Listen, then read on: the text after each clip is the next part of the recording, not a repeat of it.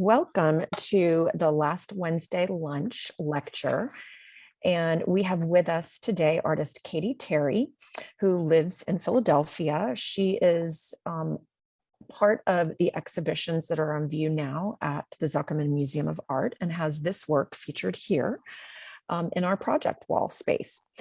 I'm going to go ahead and introduce Kayte Terry, and then she'll talk a bit about her work, and then we'll open up for any questions anyone may have. Kayte Terry studied art history and women's studies at Simon's Rock College of Bard and received her MFA in studio art at the University of the Arts. She has also studied abroad with the School for International Training in Fortaleza, Brazil, and at the Santa Reparata International School of Art in Florence, Italy. She has been in group shows in New York City, Philadelphia, Seattle, Washington, and recently participated in the show Adorned, Beauty in Excess at the Joy Pratt Markham Gallery at the Walton Arts Center in Fayetteville, Arkansas. Kayte is also a member of the art collective Little Berlin in Philadelphia, where she has curated several group and solo exhibitions. Please join me in welcoming Kayte. Thank you, Cynthia. Thank you everyone else also at the Zuckerman Museum who made this possible. Can everyone hear me all right? Yes. Great. Okay, so I am going to talk about this piece that you can see right now that is on view at the moment, and then also about some works that came before this that led into this work, and go a little bit into my process as well. So this piece is called A Rinse of Past Lives. It is made of hand-dyed socks and undershirts and a little bit of underwear. And I machine and hand sew these pieces together. So my work examines what I think of as like a literal and figurative boundary of the body. I like to piece together materials, like I said, that are kind of imprinted with the shape of the body. Things like socks, gloves, undershirts.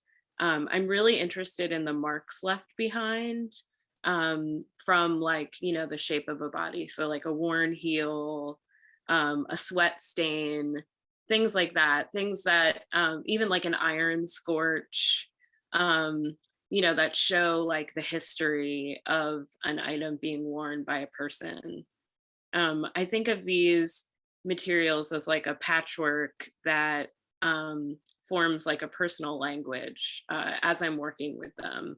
I think a lot about like family memory and like thinking about my own personal desires and often like feminine cultural expectations.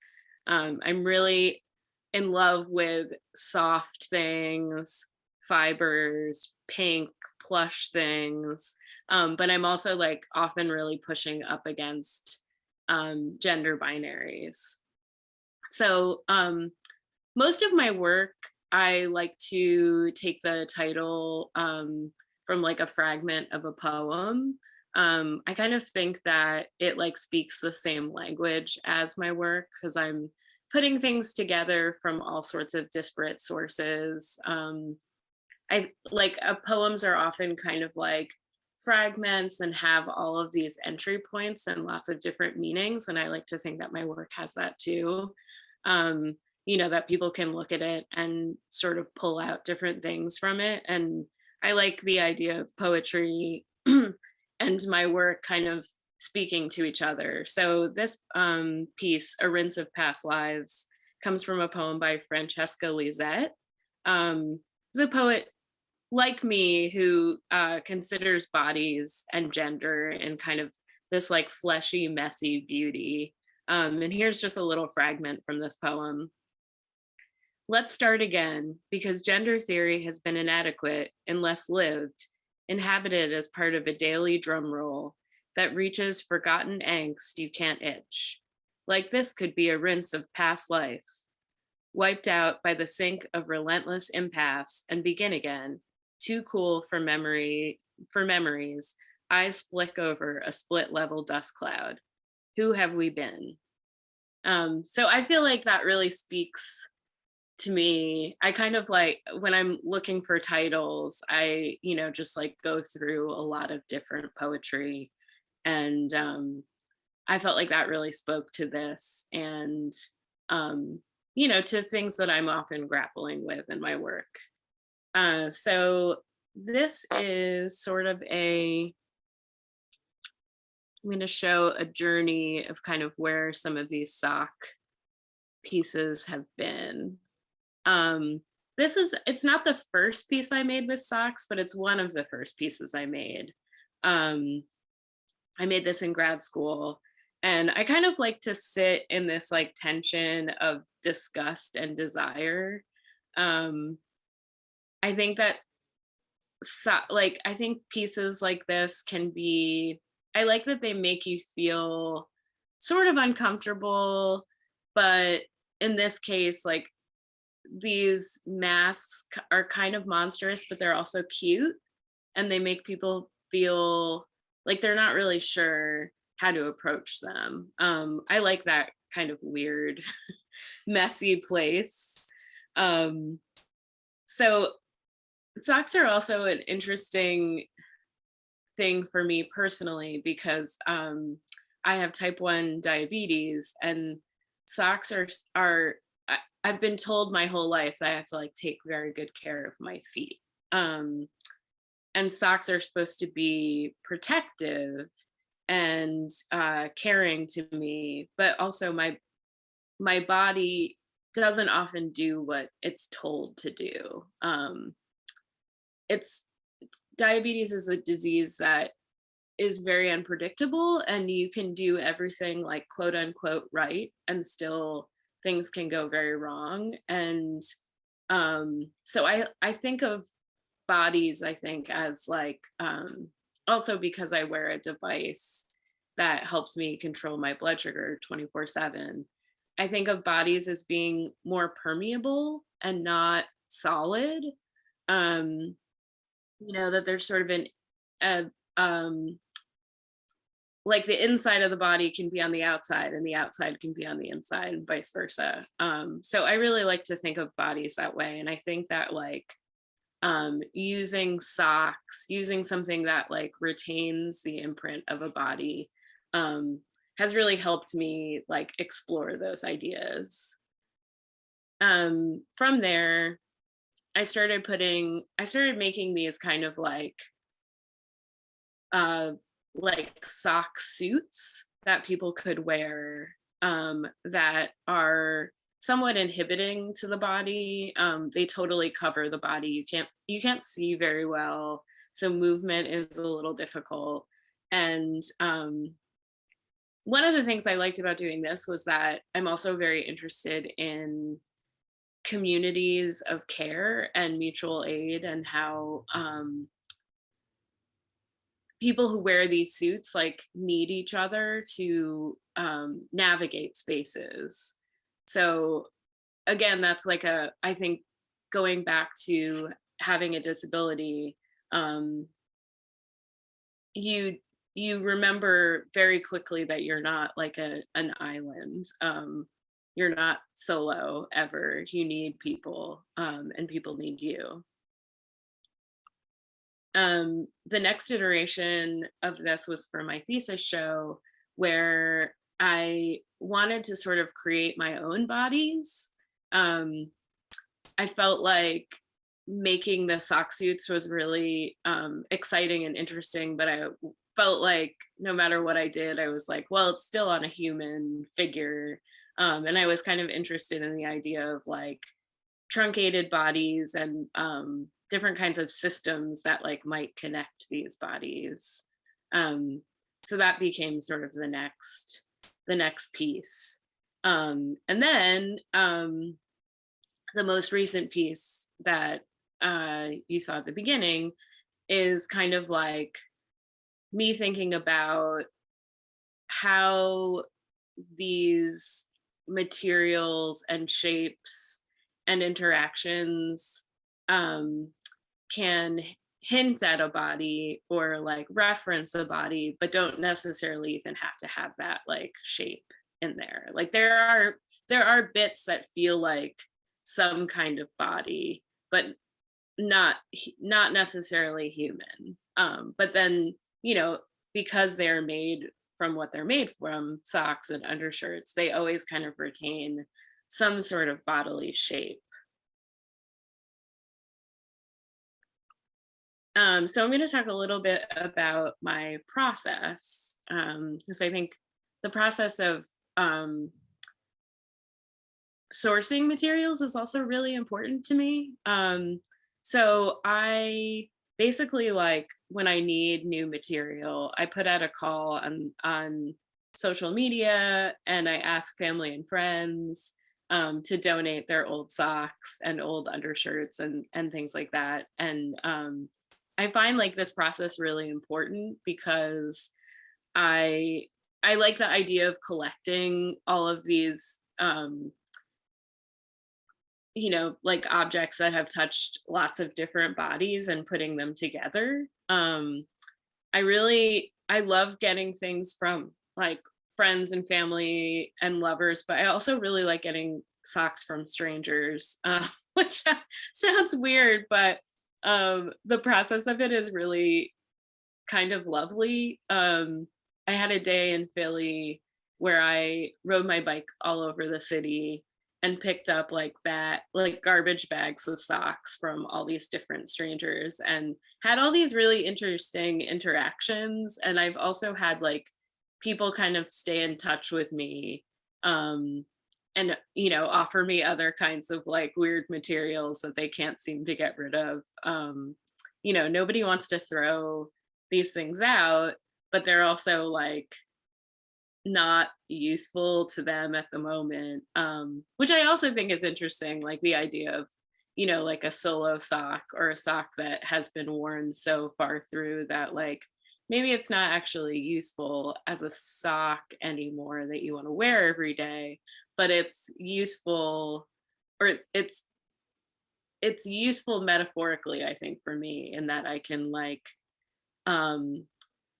I get a lot out of it. Like you can still see a heel print or rips and things like that. Some people like walk on the balls of their feet, and like you get a lot of interesting information from material like this.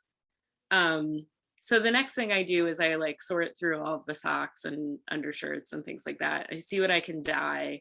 And then I spend several days dyeing. I do it all in my house, in the kitchen, and make a really big mess. And there's also an interesting part of this where because everything is given to me, I don't quite know. I can guess, but I don't quite know what like the fabric content of all of these things are.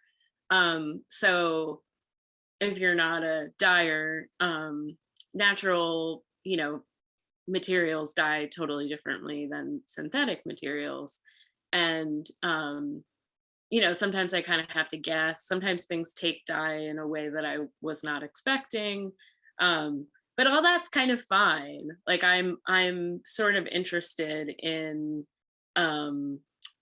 working with what I end up getting in a way. I think that's sort of interesting. And I try not to fight that too much. Oh, can I ask a question? Sure. Do you also consider that, I mean, I find that interesting because um, these garments are receiving the dye, the color that you're trying to, now make them all, but because of its history, how it's worn, how it's been sweated on, like all of that has to do also with how it takes on this new life, right? With the color. And you're open to that? Oh yeah, Yeah. absolutely. Because there's something really, really interesting in that, because it's carrying a history with it. And that's the reasoning why it's turning the color that it is and taking that on in a new life. Yeah, I mean, I definitely don't want to erase the history of Yeah. the dyeing is not like a bleaching. It's more, Mhm. it's kind of like adding a new relationship, I guess. Like it's bringing all these different pieces that have come from all these different places and like putting them together in a vat and then like, Sure. making relationships. And that's Yeah. actually something that I love to do, um, is like see how the different materials fit into each other. Yeah. Um, so once I have everything dyed, I start working and I like will cut apart socks in different ways. I've kind of come up with all these different like um sort of, I guess it's like different shapes that I like working with. So like um on the left is like, kind of the hint at two pairs of socks that came together, but it's really more like 10 pairs of socks that came together. Um, and I love to like put in an extra heel or like take out the heel of one sock and put in another one.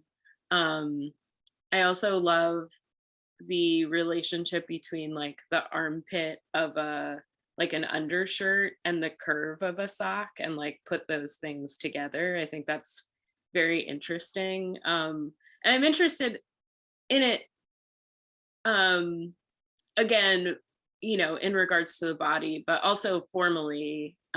This is when I kind of feel like I get to play a lot with like shapes and colors and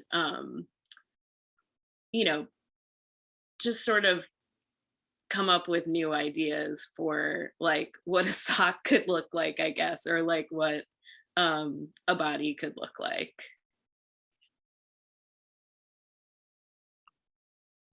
So one of the things that was really important to me with this show is being near some of Louise Bourgeois' work.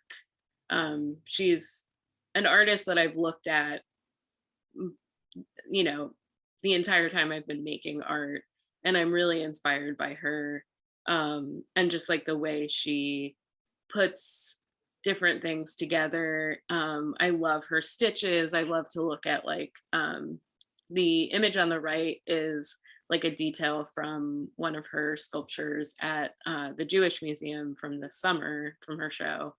And I just love to look at the way she stitches things together. I think it's really important to think about not just like the shapes of how things come together, but also like the stitches. Um, and I'm always considering like, do I want to show them? Do I want to hide them? Do they want to be machine sewn or hand sewn? I love like, looking at the details of her knots and like all of her stitch marks. I think that's really important. And also like, hints to me at like the permeability of the body and like the instability of bodies and um especially for me, I think with my disability that like I have a lot of sort of like poked holes in my body from having to test my blood sugar all the time or having to put my insulin pump into my body. um so it's something that I'm like thinking about a lot and like thinking about how to manifest that like on the outside in a piece of work. um this was something that like I didn't even realize I was doing it while I was making these the installation, but like these like spiral shapes that are made from like piecing together different striped fabric. I actually ended up making something that looked kind of like it. So obviously Louise Bourgeois crept in a lot of different places and a lot of different ways. So there you see the how that happened. And I truly like was not thinking about it, but it just happened. I love the center of this piece a lot because you can really see an example of like the threadbare heel. And like there's two spots, actually there's three spots where in two spots it's like worn down almost to a hole, and then there's an actual hole right next to it. And I just like love to think about that.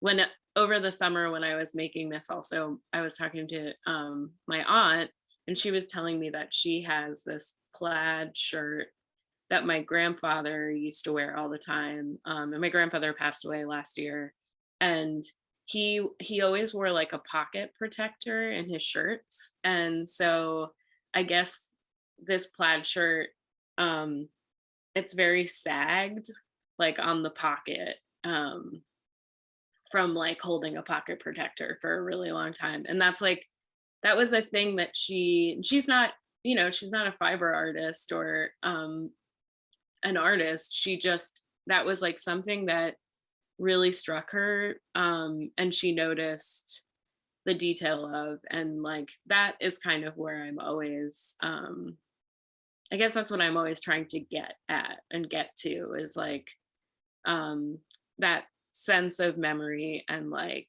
life that is in these different materials. And I wanted to read, this kind of hints at that as well. I wanted to read this little piece that Louise Bourgeois wrote in the Creative Process Volume 2, that also talks about this memory and history. A newly widowed woman collects the top underwear of her late husband unwashed and makes a doll with elastic and places it in her bed in his place. Smell of sweat, it's a symbol of life. Smell of feet and caress of feet related to bring my slippers.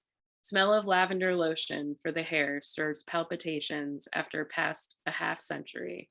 The white loose shirt over pants, kind of bomber jacket, the back of the shirt spread over the back of the pants after having been in the bathroom. I mean, that's completely heartbreaking, obviously, but it's, I think that that sense of personhood that existed in items of clothing like smell, touch, just like the again the sweat of a sweat mark, an iron mark, all of those things I think are just like rife with possibilities in making work. And then these are just a few different details just to show, kind of how things were pieced together. And there's spots where like seams are visible, and then spots where I kind of hide seams. And I like to just think of this like, yeah, like a patchwork is kind of like a language, and you're like putting things together almost like you're putting together a sentence. And there's one more view of the installation together. I wanted to sort of have these different like components and different like islands of things, kind of like close, connected, hanging, sagging, again to kind of like mimic the feel of like a, what stretchy sock fabric actually does. Like I don't like to fight materials. I like to work with the actual material and like see what it wants to actually just like do in the studio and go along with that. So like in the same way a body sags, or clothing might sag on a body, like it was very important to me to include like those kinds of feelings into this piece.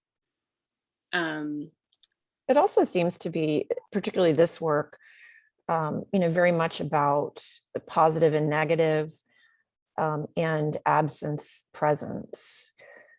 Do you view this piece, like looking at it now, the reference, I think, to the breast, to the nipple, the positive form, the negative form. Do you view this piece as being about the maternal at all? Um, I don't usually make work that like directly references maternal things, or at least not as me as personally being maternal. I do actually make a lot of work, I think, where I think about my mom and my grandparents.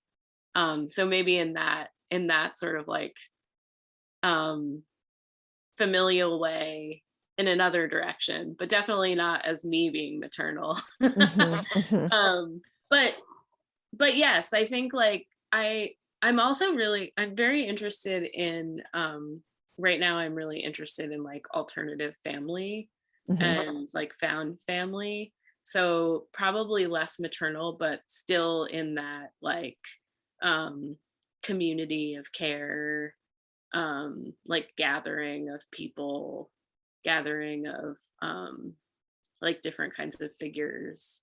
And I did think a lot about like positive and negative in these pieces with uh-huh. like, I was thinking about like the two bigger like circles are kind of like voids.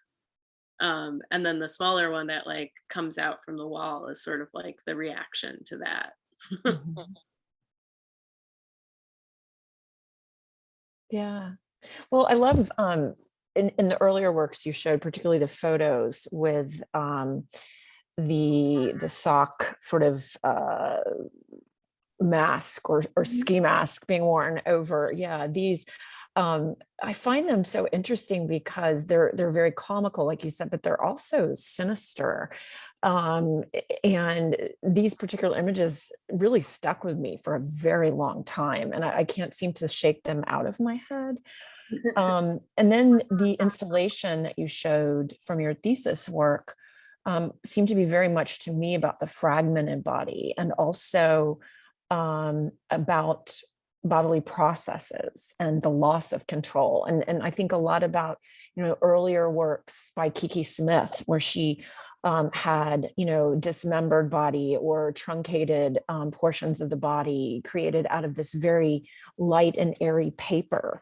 And it was about putting on display things that we can't control. And that's one of the things that I think is remarkable about this work that I'm really, really drawn to. And also your stitching and how you talked about that, because the comparison to Louise Bourgeois, I think, is wonderful.